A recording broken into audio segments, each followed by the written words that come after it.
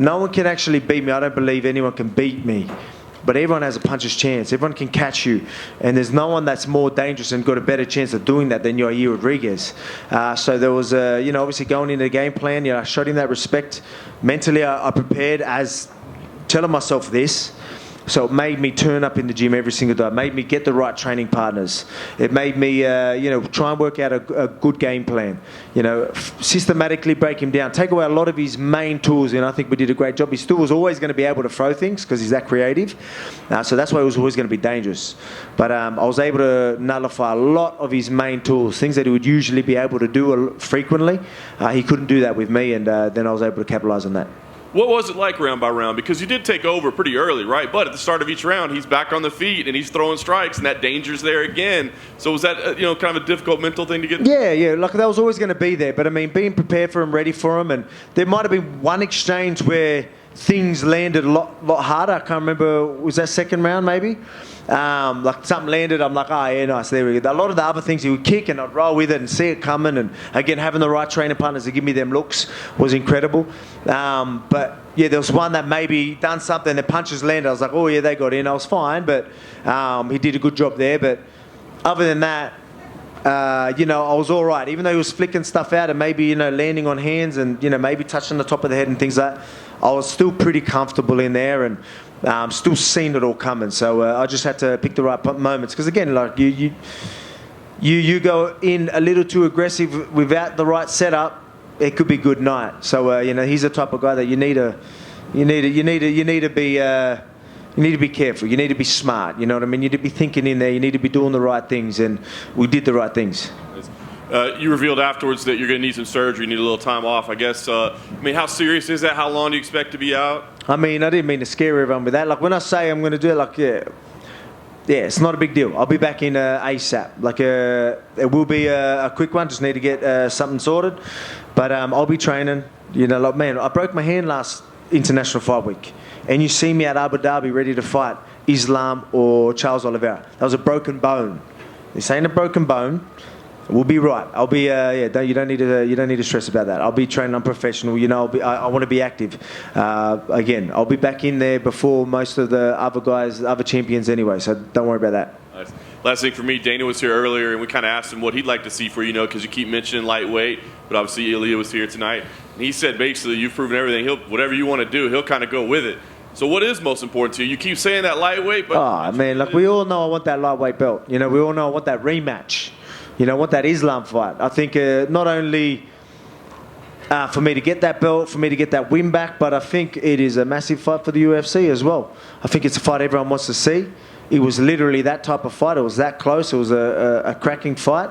Everyone enjoyed it, and it was a very, very high level. There was 1 and 2 going at it, and we showed out. It really was that. He lived up to the hype. I lived up to the hype, and that fight lived up to the hype. We just need to see 5 to 10. Alex, to your left. In boxing and MMA, historically, most people's time at the top has been very short. You're at the top now 3.5 years. It looks like you cleaned out the division, don't have a lot of challengers. Why do you think it is that most people can't last as long, and what is it that makes you special that you remain on top after such a long period of time? How will I stay on top, or what I need to do? How are you staying on top? What's different in you than it is with other guys who are physically talented? Yeah, well, I think it's just that, the passion for the sport, and the mindset. Like finding, for me, it's pretty easy. It's not hard for me to find a way to be motivated. Well, no, I don't need to be motivated. It's discipline. You know what I mean? People talk about, people want to listen to music. People want to do all this fancy shit to get motivated. I don't need that. I've got discipline. I'm going to turn up anyway. But I'm passionate about what I do. I always find a way. I always switch some things in there to get me hyped up. Especially for this one. I told myself, this guy's dangerous. Whether I... I literally made it as if, man, this bloke's going to maybe knock you out. You know what I mean? I literally, whether I did that so I would turn up in the gym, whether I'm that clever with that shit, I don't know. But it was like that. It literally was. I was like sitting there, oh yeah, shit, all right, let's get to work. No mucking about. Take this serious. And I did, 100%. And that's why you see me get better. But I said it all week. I'm in these sessions, doing training sessions, and I am like I say, I'm passionate. Like you got to see me in there. Like we're breaking down techniques, and I could talk about it for hours. I got Joe yelling at me. He's like, "Get out, man! I've got to lock up the doors." Like, what are you doing? You know what I mean? Like, because I'm just talking about details, and I get right into it. That's how passionate I am about it. Now, you know, there's not many people at the top that've been at the top for 3.5 years, as you said, that are more passionate than a few years ago. I guarantee I'm more passionate now than I was before. I love this game. I'm proud of where I am, and I'm proud of what I do, and I'm very happy I do this, and I'm privileged. This is a privilege to do something that I love and make money from it. So on the other side of that, then, when you look at it, you know, a lot of guys come in here and they say, "Hey, I want to get to my after party or whatever," and they have another thing to keep them relaxed and not. You know, do you worry about burnout because you're going so hard for so long that, like, after a while you get sick of it, like you lose your passion for it because you're pushing so hard? No, I wouldn't say I get sick of it. I mean, it's hard work. I'll be lying to you. Like, doing this, it is hard work. As I said, I need to get a few things, like being in pain 24/7. It's it's hard work. You know, I'm not trying to feel sorry for myself, but it's yeah, sometimes you might need a little bit. You might need a little bit of time off, and I don't want time off. Like I said, give me a week. That's all good. Get the surgery. I'll be back in the gym. You know, I can focus on a couple of things and chill with my family, and then back to work. But I mean, it's hard work. I don't know how to answer that question properly, but I mean, I still love this. But I mean, I'm not getting any younger. The body's feeling it, but that's why I'm in my prime, and I want to take advantage of it. That's why, even though I'm going to get surgery, even though I'm going to be injured, I need to get back in there because I don't know how long I'm going to be able to stay on top. I go, yeah, I'm passionate. Yeah, I'm experienced. I'm in my peak. How long is that going to last? So let's get to work. Let's get two of these bad boys. Yeah, my last question for you, Alex, would be, a lot of people are great physical athletes and they do it. And it seems to me like, obviously, you talked about your preparation, but it seems like maybe you're smarter than a lot of other guys in terms of understanding the game and understanding not only what it takes to win in the cage, but sort of what it takes to get your body through a long training camp. Would you agree with that? And do you feel like the fact that maybe your wisdom for this sport and your understanding of the sport is underrated? Yeah, I think there's a lot to do with that in many ways. You might have physios and doctors that'll tell you different.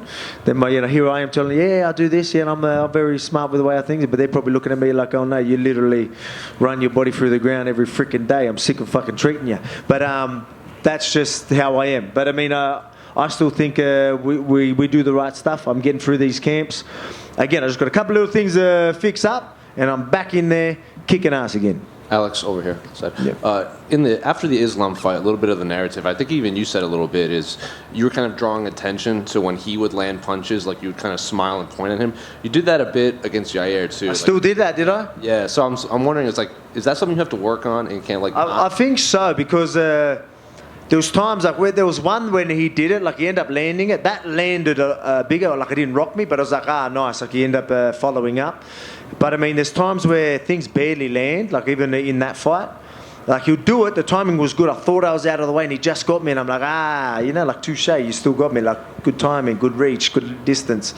And then everyone's like, whoa, he's acknowledging it. Like, whoa. And I was like, oh, fuck, all right, I better stop doing that. And then you're saying I did it again. I mean, I don't know how people look at it that way. It just shows you how composed I am in there, how relaxed I am in there. I'm sitting there going, oh, yeah, well done. You got me one. You know what I mean? It shows you, like, I'm not even expecting you to land one. So I'm surprised. Then I'm saying, well done, congratulations. That's all you're going to get. You know what I mean? Like, that's how I'm looking at it. So people looking at it different. I feel like me sitting there and them just touching and me going, oh, yeah, well done. And then you got, especially in that, look, man, I don't want to get into that. But, I mean, in his fight, like, doing these things, I'm like, it's full losing composure. Like, how does that not look worse than me going, yeah, well done. But, I don't know, people look at it different. Maybe I've got to work on it, because at the end of the day, all that matters is what everyone else thinks, right? And what them judges think. So if that is really going to be something that sticks in their head, we talk about being smart, fighting smart, having IQ. I need to work on that. So maybe I need to do something about that. Earlier in the week, Charles had said that October might be too soon for him to fight Islam in Abu Dhabi. So I'm curious, did you hear that? And if not, does that kind of make you circle that date even more? Well, it makes it a lot better opportunity for me to step in there. But I mean, like I said, I'm not ruling that out. It's funny, these people want extra time. Like, here I'm telling you I'm going to get surgery and I'm probably going to turn up there in October. So that's what I'm showing you, you know what I mean? find me a champ. Well, like, there's not many of them anyway. I know you maybe got your Izzies and myself that is doing this. We're going out there, we're staying active, we're fighting the fights that a lot of people wouldn't. So I think people need to respect that a lot. People talk about BMFs and all that type of stuff. They're real BMFs. Guys that turn up when there's a lot on the line. I'll leave it at that. Alex over here. One more quick, sorry.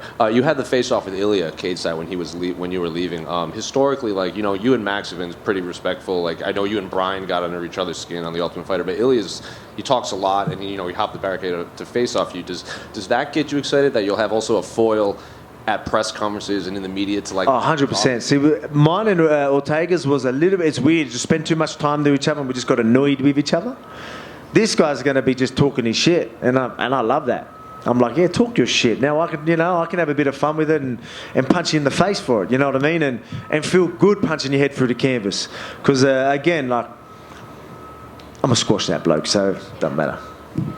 Alex over here. How cool was it to see Dan Hooker get that win, and then you going to your fight? Were you kind of paying attention to that and thought, man, I got to go out there and keep? Yeah, we'll probably put a video out there. Yeah, we'll go nuts for that. It was a cracking fight, man. It was nuts, man. How tough is that bloke? And then breaking his arm and still going through it. These are things that we talk about BMFs and doing things like that. Some of the things you see people do in this sport is pretty incredible. It was cool. It was cool to see, especially to get his hand raised after a war like that against a game opponent. Jalen Turner is no joke. He's dangerous, and to be able to land, cop some of them shots, break your arm, and then still end up on top is pretty incredible. Did Dan's fight a bit remind you of your situation last year with Holloway, where people were kind of counting you out against Holloway and Hooker? You look at the odds. He was a big underdog tonight. Came out there, had a tough first round, but persevered and got the decision victory. I don't know if that's something you guys talked about or not. No, it's not. But that happens all the time. People get counted out all the time. That's just how it is. It's going to be the same with Pantoja, say. He's beat Marino twice, and he's an underdog and saying he's got no chance. You can imagine how he would be. That's going to happen. You've got to go prove yourself. But, I wasn't surprised. I know Dan was a total different matchup for Jalen with that length and toughness was going to go a long way. And that showed out tonight. His toughness and obviously the fight IQ, that length and that well-roundedness. And just last one from me. Again, you were here a year ago today. Big win over Holloway. A lot has happened in the year. You had the fight with Islam. It was very close. You get this performance tonight finishing Yair Rodriguez. I know you're fresh off the victory, but you've been able to kind of soak this in. How much you've really leveled up just in the grand scheme of things. Now, people consider you the greatest fighter, in the sport right now. I don't ever get to soak it in properly, to be quite honest. I wish I did soak it in more. It's a good trait to have, where I can just move on and play what's in front of me. And, it makes me be able to, in camps, I tell you, I can still, turn up in the gym and it helps me with all that type of stuff. But I feel like I don't try and really soak it in and enjoy it enough and embrace it enough. So I will, obviously I appreciate everything. I appreciate the fans. I appreciate the love, but I forget about it like that. Again, it's a good thing to have because it keeps me disciplined. It keeps me, grounded. But at the same time, I wish I could really appreciate and understand what I'm doing right now because it's pretty incredible. 5 defenses, 7 title fights I think I've had. It's pretty crazy. It seems like yesterday I got the belt, you know what I mean? And look what we're starting to do. So it's pretty crazy. I think I need to really sit down and really take it all in. Alex, right here. down here. Go ahead, please. Thanks. You said before the fight that you weren't too impressed with Ilya and you didn't really want to talk about him too much. Can you talk about him now? What you think about him as a challenger? It's funny with this one, you don't want to talk up your opponents, right? You want everyone to know, so it's funny. But he's going to talk his shit. So people, I remember, I can say whatever I wanted to, people don't have to believe it. But I was sitting there, it was maybe I shouldn't say how easy I think that fight's going to be, because then people might not be interested. But he's going to talk his shit, so people are going to want to see me punch him in the face, so it don't matter.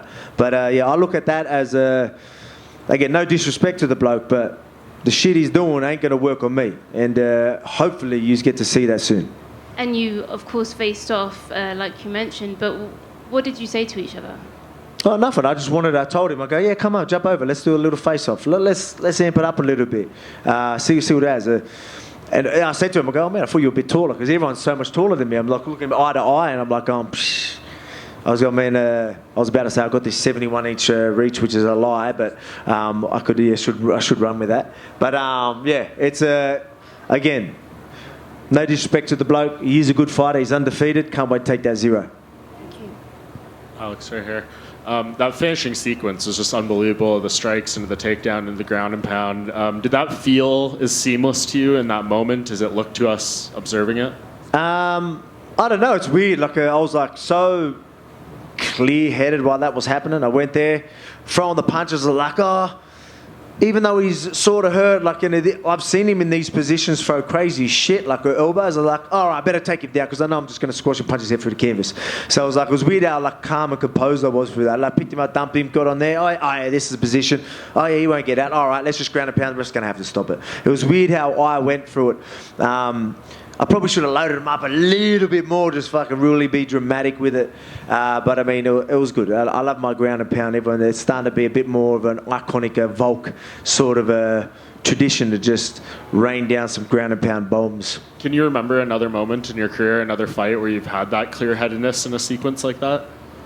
I'm pretty clear-headed all the time, to be quite honest. But maybe in the heat of the moment like that, while you're getting the finish, like, yeah, like that. No, maybe not. Maybe not. Depends. It depends how you look at it. Obviously, Islam being in certain positions where most people would freak out, and I'm sitting there, laughing it off, having a laugh with him. I guess people would look at that and be like, it's pretty crazy. But I mean, people don't know what I'm doing in the gym. I'm like in their positions with absolute killers that are twice the size of me. So that's why I'm sitting there laughing at lightweights doing it to me. Yeah, no, your 6th title fight win tonight. There's natural comparisons, especially with Jose Aldo being inducted in the Hall of Fame on Thursday. Are you still... Well deserved as well. Yeah, are you still of the mindset to be called the featherweight GOAT, that you need to hit that 8 where he's at, or do you feel like now... I mean, the man just got a Hall of Fame and all that. Like, I'm not here to try and take, like, I'll let everyone else decide that. He's an absolute legend of the sport. No one deserves a Hall of Fame more than him.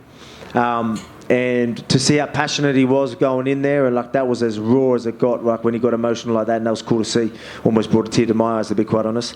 But absolute legend. Very happy for him, and that's for people to decide, not me. And just last thing, if this Islam fight does happen again, what in your mind is the biggest thing you need to do differently to make it definitive in your favor? I mean, it's going to be another, like, I'll be lying to you to say, hey, I'm just going to walk through him and do this and do that. Like, it's going to be another highly contested battle, but I guarantee I get my hand raised. You know what I mean? I think I'm going to capitalise on a lot more things. But yeah, again, it really is 2 top guys going at it, and they've done 5 rounds, and you're going to see another. There's a good chance you might see another 5 rounds of it. I'd love to get a finish, but we're both that good. It might be that type of fight, but. Looking forward, again, it's a challenge, another challenge that excites me. So, that's why I obviously want it.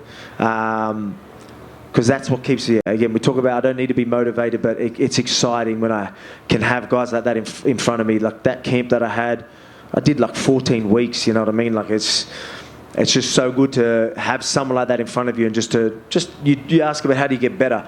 It's things like that get you better. Certain opponents in front of you that get you better.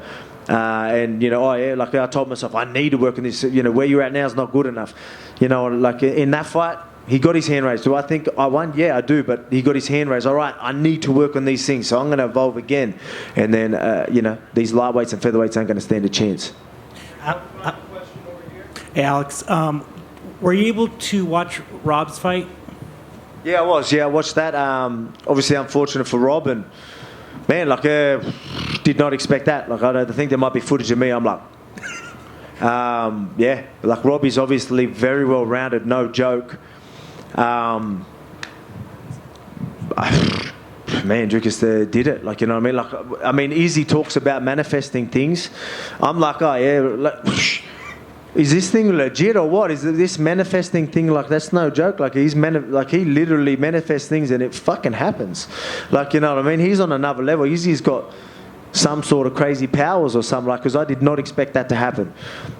What do you think of Izzy versus Dracus? You know, obviously he looked great to take out someone like Rob, man, credit to him. But, you know, Izzy's, you know what I mean? Like, yeah, I highly doubt he's going to be able to land on Izzy and even get on top. And, yeah, man, look, I think Izzy's just going to be too good. But to take out Rob like that, you've got to be hyped up for that fucking fight. So, I mean, if he can go out there and take out, so like, honestly, Robbie's one of the best in the world, literally, and he was able to beat him. So you can never count that guy out. He knows how to fucking win.